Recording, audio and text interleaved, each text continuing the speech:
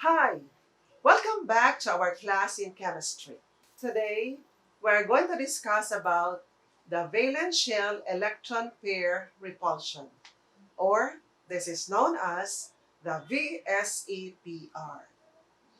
Now, this VSEPR will help us determine the shape of the molecule or a compound. It is said that the shape of a molecule is three-dimensional, even though it is represented on paper as two-dimensional. The VSEPR theory is based on the idea that the electron pairs in the valence shell of the atom repel each other. That means these electrons in the outermost energy level will repel or move due to their similar charges. They are all negatively charged, and their repulsion will stop until these electrons are located as far as possible from each other. The location of the electrons accounts for a molecular geometry of the molecule. Now, I said a while ago that the VSEPR helps us determine the shape of the molecule or the compound. Now, there are rules to follow on how to use the VSEPR. Number one, you are going to draw the electron-dot structure of the molecule or the compound. So when we say draw the electron-dot structure, we're going to use only the valence shell electrons to indicate the atom or to represent the atom. Meaning, if there are 4 electrons in the outermost energy level, so that atom will be represented only by 4 dots. Or if there are only 2 electrons in the outermost energy level, then that atom will be represented only by 2 dots. Step 2 is count the number of atoms bonded to the central atom. Step 3 is count the number of non-bonded electron pairs to the central atom.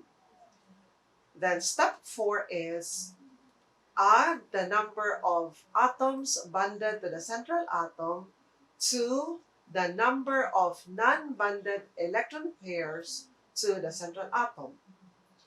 And get the sum of these two.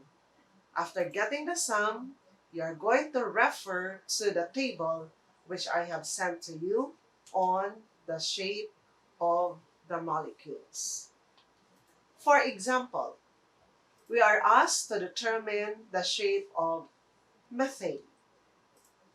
Now, methane has a molecular formula of CH4.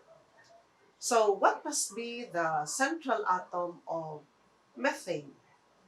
If you're going to look at the molecular formula, carbon is only 1, while hydrogen atoms is 4. So it follows that the carbon is the central atom. So in determining the shape of the molecule methane, we have to follow the steps. First step is draw the electron-dot structure. So since carbon has 4 electrons in the outermost energy level, so the electron-dot structure for carbon is there are 4 dots surrounding carbon. And hydrogen has only 1 electron, so it's only represented by 1 dot. Now, if you're going to look at the notes that I sent you, I colored the carbon with black dots while I colored the hydrogen with blue dots. This is to differentiate the carbon atom from the hydrogen atom. Step 2 is you're going to count the number of atoms bonded to the central atom. In this case, there are 4 hydrogen atoms bonded to the carbon, which is a central atom. And step 3 is count the number of non-bonded electron pairs to the central atom. In this case, there are no non-bonded electron pairs. So, in step 4, you are going to add the number of atoms bonded to the central atom to the number of non-bonded electron pairs. So, we have 4 plus 0 equals 4. With this result, refer it to the table. So you can find it there that 4 plus 0 equals 4 gives us a shape which is a tetrahedron. With that example, I would like you to understand it and perform the exercise which I am sending you today. This will be our first exercise for the pre-finals. Kindly follow the instructions carefully. That would be all for today.